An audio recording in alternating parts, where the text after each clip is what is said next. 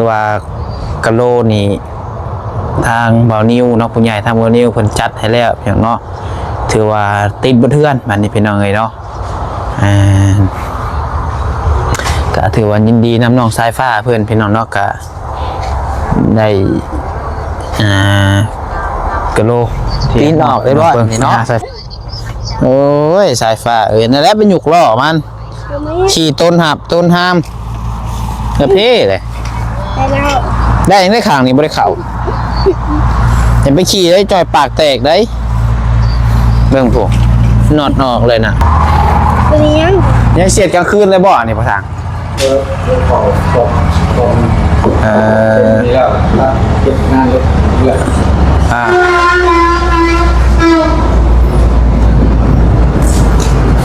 จุ่มสมปูนเหตุกลางคืนเลยเนาะ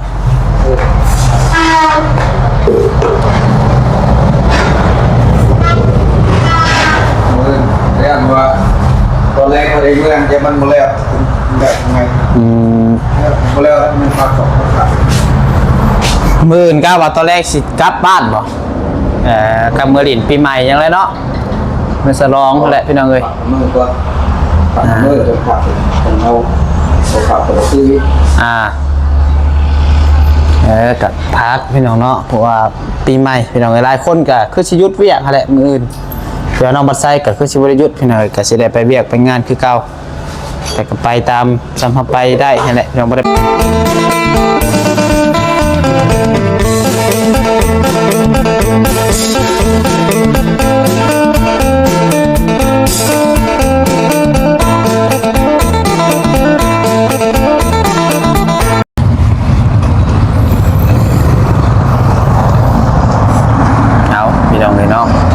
เปิดภาพมาอีกมันอีกตะเวนเริ่มตกดินแล้วเด้อพี่น้องเด้อเนาะ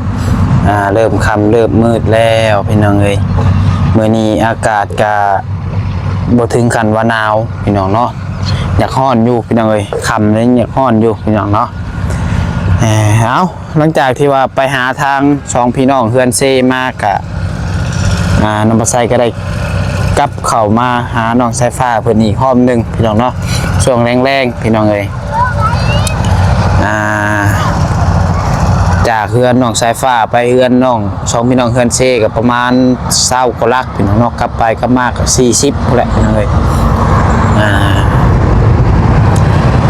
ก่อนอื่นเบิดทักทายสบายดีเด้อสบายดีพ่อแม่พี่น้อง FC นันเบิดสุขูสุคนมุสลิมองสุบอน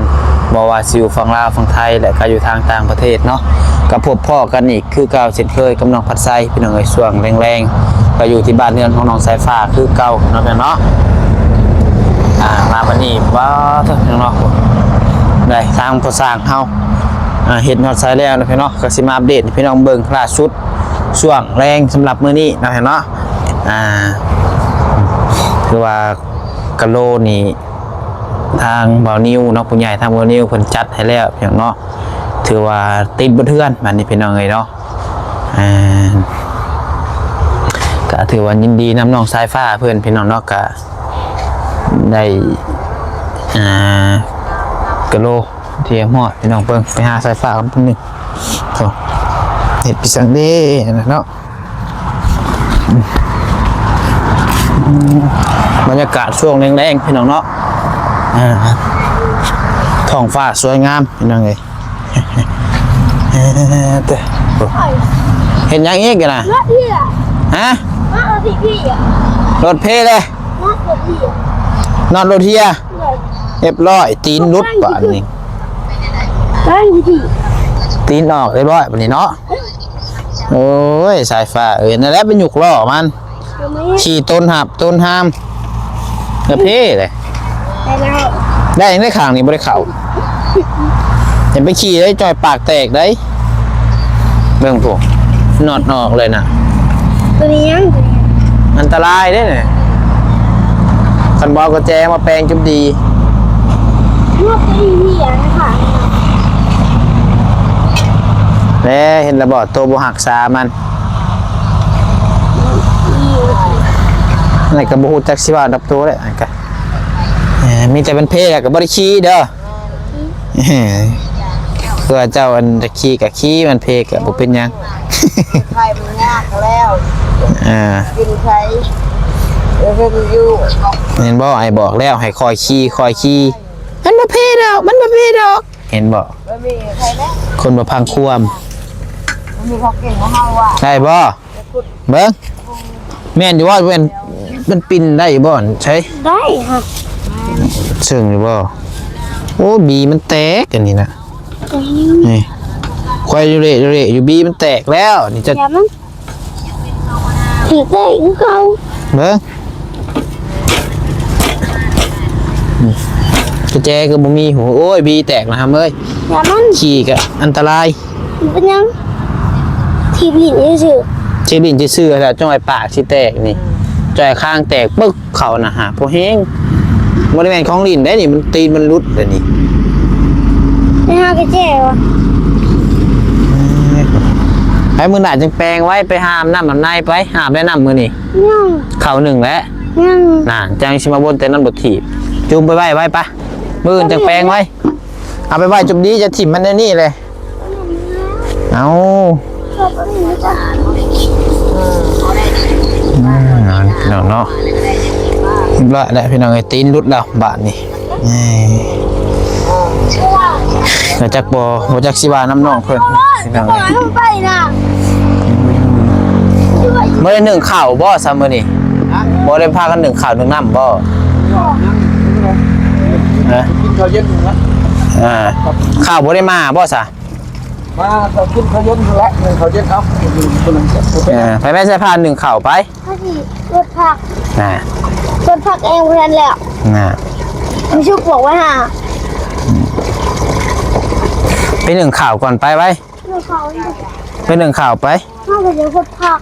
อย่าคดพักก็ฮดซะเอาฮด แต่ไม่ชุกยืมน้ำหน่อย พอดีล่ะจะเป็นหนึ่งข่าวก่อนเลยไปดังไพ่ไปชิเจ้าบ่กินบ่สามมื้อแรงฮะ เขากิน เจ้ากินกับพอสร้างพอหยังหาเด้กะ ตามไฟหนึ่งรถเด็กไทยยี่ สิว่าโตกินอิ่มเดี๋ยวพอหมู่หาเด้ซะจ้าชุบเจ้าดอก รถก็ เบื้องหนึ่งเลยก็ยาอ้ายบ่ได้กินน้ำดอกเฮ้ยเมื่อยบอกได้เอ่ยเนาะอ่านใจได้ซะอ้ายบอกกับอุ้ยอยู่อ้ายก็เมื่อยบอกได้ อยู่กันมาชุบมาอยู่กัน บ่พังความเลยก็ยาและซะน้องก็บ่พังความอ้ายเลยแต่ว่าอ้ายบ่บอกบ่นั่นอีกอย่างเนาะใช้ตั้งน้ำเขายังสิอาบบ่แล้วเวียก รถปูนเลย หยุดเรียบร้อยเนาะ ก่อนแล้วสิก่อนใหม่ผักก่อนแล้วเบิดชามชกสิชก ขอมีคนตีปูนให้ใครดิ มื้อนี้ผู้เดียวเลยบ่มื้อนี้ใหม่มันมาแล้วกันในสินค้ามาสวยบ้างเนาะเขาชอบเขา มาแล้ว มื้อผู้เดียวติ นี่ถึงแล้ว สู่ประเฮ็ดดีๆใส่ฟ้าหามเพิ่นพาวได้ฮะเฮ็ดดีๆพอสร้างแล้วเมื่อยเราอยากสูบเฮ็ด นี่สบู่นี่ พ่นแนวไอ้บ่ไปหนึ่งข้าวบ่ไว้ ถ้าอยากอาบน้ เราไปเลย ำถ้าก็อยากอาบแล้วไม่คำแล้ว อาบซะอย่าซะ กล่องน้ำคุยไหมรับไหม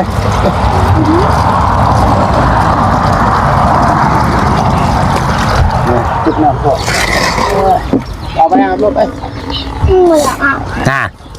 จักเว้าแนวใด ไม่อยากพดพัก เราเรียกผมเมื่อยแล้วใครเมื่อยน้ำเจ้าแอบ ไม่อยากพดพักไม่อยากพดพัก เจ้าเลย ก็สิบ่ซื้อหยังมาให้เจะกินแล้วบัดนี้เว้าก็บ่ฟังความ ไม่อยากอาบน้ำ ทำแจวเค็ดให้กินแล้ว เอ้าใช่นะมาไวแท้นะเบิ่งพี่น้องคือว่าสุเพิ่นพากันขึ้นไปเบิ่งเคสใหม่ว่าซั่น เบิ่งใช่นะมาไวแท้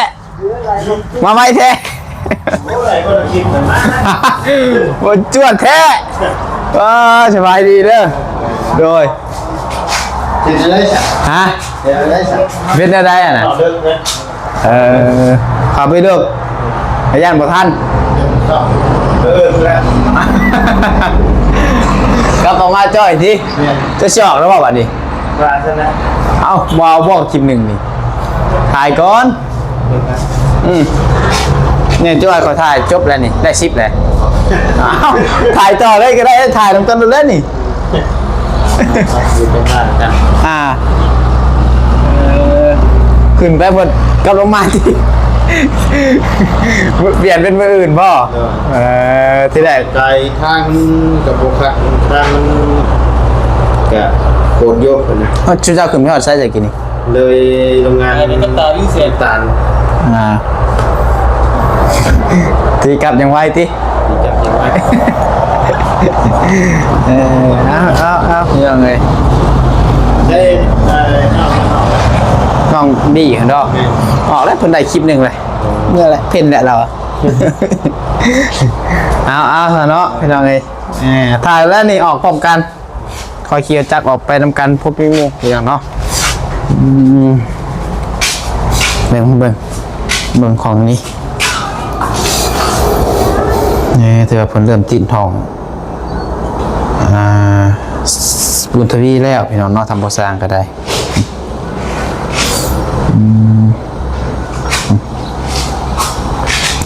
ก็สิแหละอะไรเพียงได้ครึ่งหนึ่งแล้วมื้อนี้เนาะเราเห็ดผู้เดียวแล้วเราบ่มีคนผสมปูนผสมปีนให้พี่น้องเนาะของสายฟ้านี่ก็ถือว่ามื้อแรงนี่เขามานอนได้แล้วพี่น้องเนาะ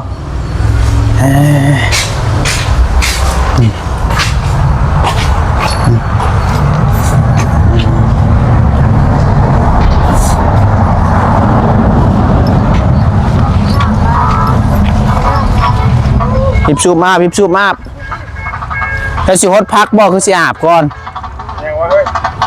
เรื่องเลยเฮ้ยเดี๋ยวคนนี้ MC ได้ฮะ MC ได้ฮะมวนบ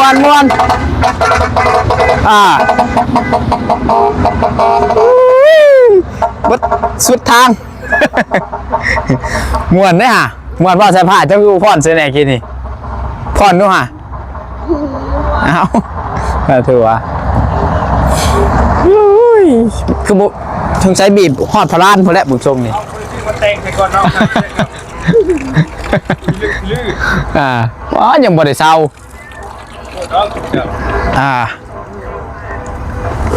ลืมซุ่มเลขทะเบียนเพิ่นกินนี่เจ้าว่าเพิ่นสิออกมื้อแรงบ่จักอ่ะนะสูบ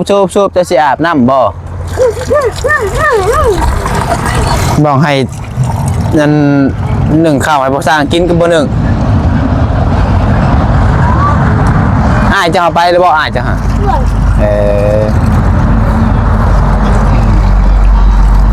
าสูบดีน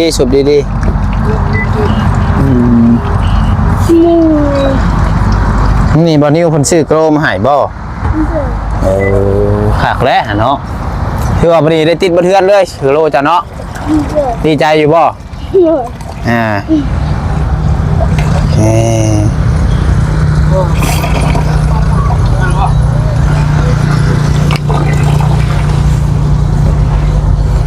จบดีเบิกอาบกุกสบู่จบดีเนี่ยเด้อสะหัวโหลดเด้อสะหัวอีกมือหนึ่งก็ได้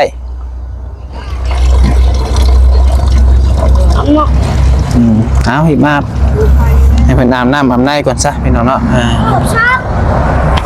โฮดโลดพักกับโฮด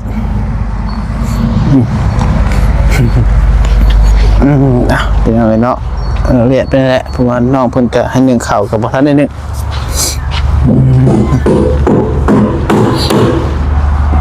เบิ่งทางบ่สร้างเพิ่นยังเสียดกลางคืนเลยบ่นี่บ่ทางนี่แล้วเก็บงานเลย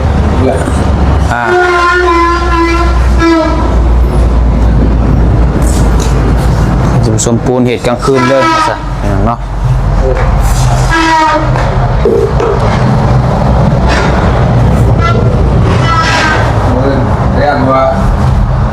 ในเมืองจะมันมาแล้ว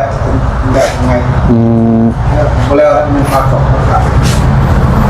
มื้ออื่นก็ว่าตอนแรกสิกลับบ้านบ่กับมื้อลิ้นปีใหม่ยังไงเนาะมื้อฉลองนั่นแหละพี่น้องเอ้ย มือก็มือจะขับของเราขับไปซื้อ กับพักพี่น้องเนาะเพราะว่าปีใหม่พี่น้องหลายคนก็คือสิหยุดเวียกนั่นแหละมื้ออื่นเดี๋ยวน้องบัดไซก็คือสิบ่ได้หยุดพี่น้องก็สิได้ไปเวียกไปงานคือเก่าแต่ก็ไปตามจำเฮาไปได้นั่นแหละเราบ่ได้ไปไกล แรงเงินแรงไม่ชอบมากกว่านี้บอกได้บอกเรียนมากกว่านี้ได้ โดย เรื่องของงานแต่ผมมีไม่ได้เล่นใช่ป่ะ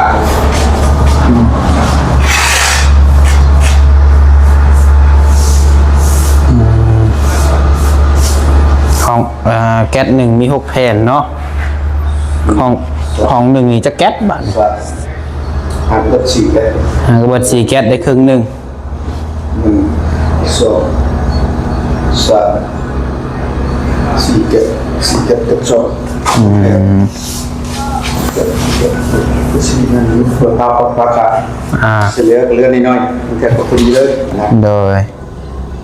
เพื่อไป2แก๊สเพื่อมันพอดีสภาพอะไรเพื่อมันบอกว่า โดย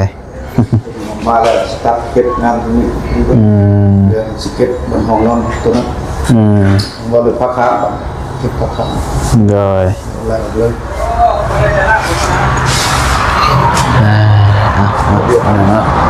โอเค โอ้ยคิดว่าบุญทวีที่ซอยมันก็ไปเรื่อยๆนะ เรียบร้อยติไปอันลาด พี่น้องเนาะเอาเดี๋ยวถาน้องสายฟ้าพุ่นน้ำแล้วก่อนซะพี่น้องเนาะเดี๋ยวถาสายฟ้าเดี๋ยวยังว่าน้ำจะเคลื่อผสมอีกเครื่องสอบคือสอบหนึ่งเนี่ยพ่อสร้าง สอบนึงเลย สอบหนึ่งเลยเกิน10 โมงแล้ว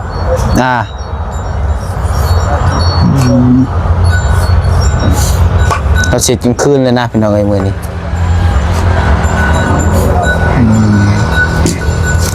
พี่น้องเนาะเดี๋ยวไปซอยบริเพิ่นก่อนพี่น้องเอ้ยมาต่อมันพี่น้องคนผ่านประตูลงใช้งานเพิ่นแล้วพี่น้องคำมืดลงมาบ้าบัดนี้พี่น้องเนาะก็ไว้เฮ็ดพี่น้องเฮ็ดหยังบ่ทัน หัวเมื่อว่ามันฮอด2 เดือน 3 เดือน ตื่นมาขับมาตื่นมาแล้วที่ว่าช่วยละ เฮ็ดเวียกนี่ติเฮ็ดเวียกจนมันเบิ่งมือบ่วันติมื้อนี้วันยังบ่ทาง นี่มันคันเนี่ย โอ้ยังเจออยู่ซะเนาะ คือเราเห็นเรียกกินเรื่องมือเรื่องวันซะเนาะแสดงว่าเรายังเจออยู่นี่พี่น้องเนาะเรายังว่าวันค้านแล้วอ่ะ บางคนเห็นเรียกจนหวายเนาะ โอ้จือวันที่กันแล้ว วันผ่าวันศีลติ มาโอ้มันบอกเลย เป็นชิ้นใหญ่ชิ้นน้อย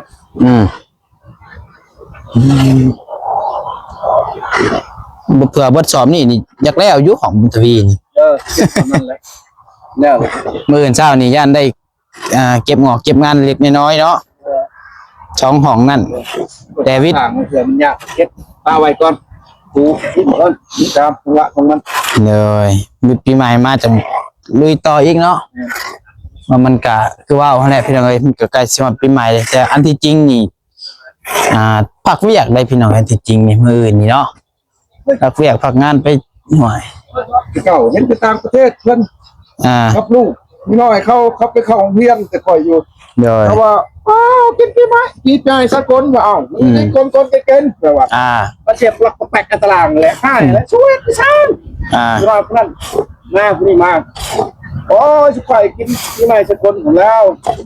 เจ้าระนับถือประเพณีเพิ่นเลยเนาะเรียกว่าปีใหม่คือเพิ่นเดือน4 สิงหาคมบ่แล้วอ่ะ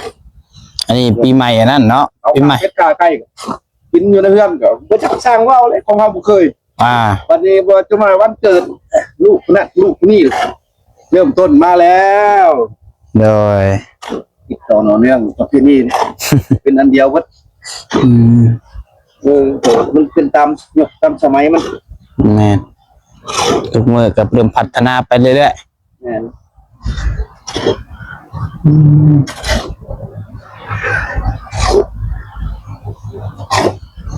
เอาสาวสู้ๆเด้อบ่สร้างเด้อสิได้กลับปะแล้วบัดนี้เดี๋ยวมื้อจะค่อยว่ากันใหม่ ว่ากัน โดย รุ่นมันจะเป็นอะไร เป็นน้องเอ้ยเป็นกำลังใจบ่สร้างเพิ่นแน่มื้อนี้ก็